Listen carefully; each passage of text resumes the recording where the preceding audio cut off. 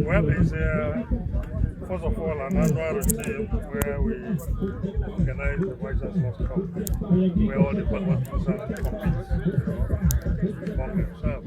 Then secondly, to use this kind of competition to one for the younger ones that can play football very well, so that they can compete with the school team and make the university proud. Know that we have a very solid team here participating in the higher institution football competition. And not only that, the Nuga game by university actually done very well as compared to some other older universities.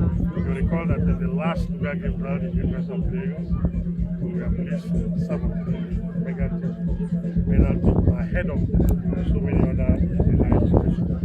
So this competition is to also help us to get those ones, new players that can, be integrated into the university, for future competition. Is this event strictly football or sports? No, sports. So you have other... We have other, events, but that football is the king of all sports. That's why you're seeing, so many of the people here. There are things like handball, athletics, but football is the main thing. That's why you see people coming around. Are you encouraged with the participation of your students in football in your event? Yeah, I'm really encouraged because I never expected that they would turn out like this. That when things like this happen, most students won't really take it seriously. And you can imagine where we're moving away from, where activities are in the university to come to this new site. You can imagine the number of persons here, watch and share their, faculty. That's to tell you that, football is one thing in this country that puts everybody, together. And I'm happy that they are enjoying themselves and then relaxing, after which they go and fix the main thing why they are here, which is academic. Okay, as Vice Chancellor, your role includes a lot of things. Managing the university, security, infrastructure, academic excellence, a lot of things. But because you have a background in football, in sports, people seem to get excited when they see you in the sporting arena. Yeah. I just talked about your school finishing 7th at the last Nuga. Yeah. Does that put a lot of more pressure on you? Yeah. As a Vice Chancellor, my duty is not only administrative, also academic, and it also involves things like this, ensuring that the social lives are maintained. And we know that for somebody like me, who has played football very well, not just at school level, at club side level, I was gaining living through football. I played for club side like NM, for Dancourt, South African Bank. Then latest one, in the center when we were at the university, the almost Ohaku Continentals.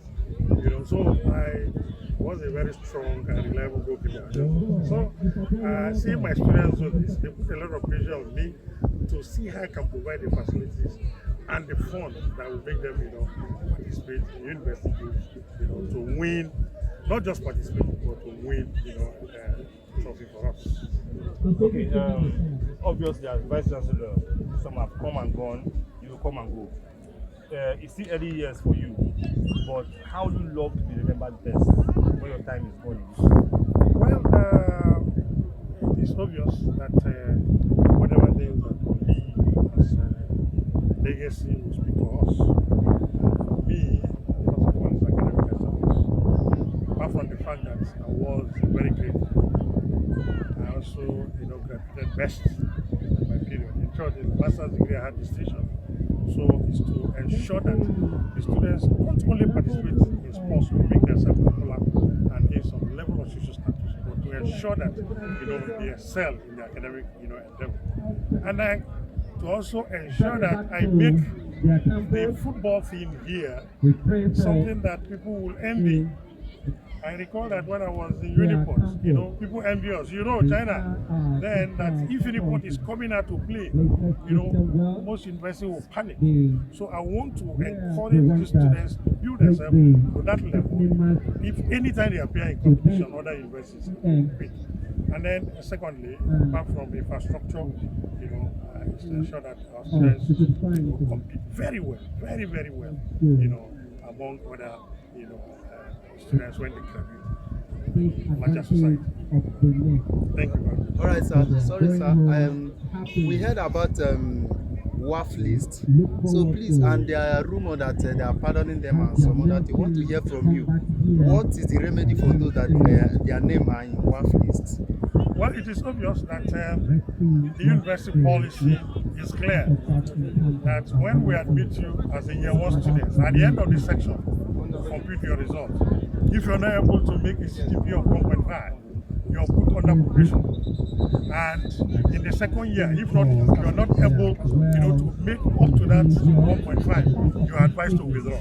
So what happened was that these are calculated things that, out of not maybe remembering to implement the policy, we had so many students on the line. If I bring the list, it was more than that 1,068, but there are the ones that are manageable.